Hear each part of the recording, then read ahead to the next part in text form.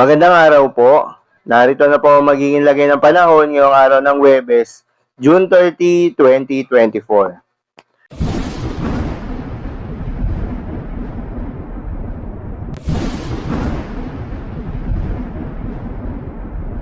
Sa kasalukuyan na tayong sa pag-asa, patuloy pa rin ang pag-iral nitong southwest monsoon o hanging habagat sa may western section ng Southern Luzon, Visayas at Mindanao.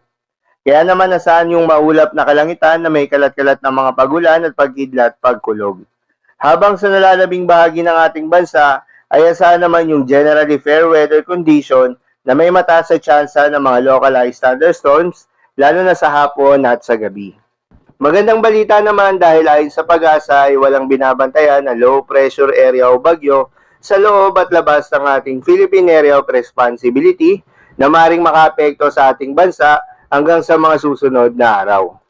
Dahil nga sa epekto nitong southwest monsoon, asahan ngayong araw ng Huwebes sa Palawan, Occidental Mindoro, Romblon, Central Visayas, Western Visayas at Mindanao ang maulap na kalangitan na may kalat-kalat na pagulan at pagkidlat pagkulog.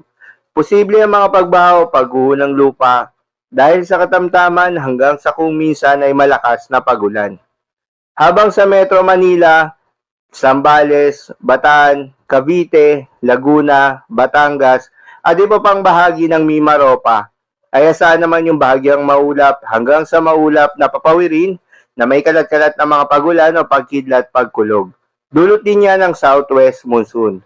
Posible rin ang mga pagbaha o pagguho ng lupa during severe thunderstorms. At sa natitirang bahagi ng ating bansa, asahan rin yung bahagyang maulap hanggang sa maulap na papawirin na may kalat-kalat na mga pagulan o pagkidlat pagkulog. Dulot naman yan ng mga localized thunderstorms. Posible rin ang mga pagbaha o pagguho ng lupa during severe thunderstorms. Madalas nabobuo ang mga thunderstorms sa ito tuwing hapon o gabi na maaaring magtagal ng 1 hanggang 2 oras. Ingat sa mga posibleng pagbaha o pagguho ng lupa during severe thunderstorms. Ugaliin rin na magdala ng payong pananggalang sa mainit na araw at posibleng pag-ulan sa hapon o sa gabi. Para naman sa lagay ng mga dagat baybayin, ayon sa pag-asa ay wala namang nakataas na gale warning sa anumang seaboards ng ating bansa. Kaya naman malayang makakapamalaot yung mga kababayan nating mangingisda at yung may mga maliliit na sasakyang pandagat. Asahan ang banayad hanggang sa katamtaman ng mga pag-alon. Ngunit iba yung pag-iingat pa rin lalo na kung meron tayong offshore thunderstorm activity. Asahan pa rin yung mga tsansa ng malalakas na hangin at kaakibat nito ang bahagyang pagtaas ng mga alon. So, ilamang po para sa lagay ng panahon yung araw ng Huwebes. Keep safe everyone.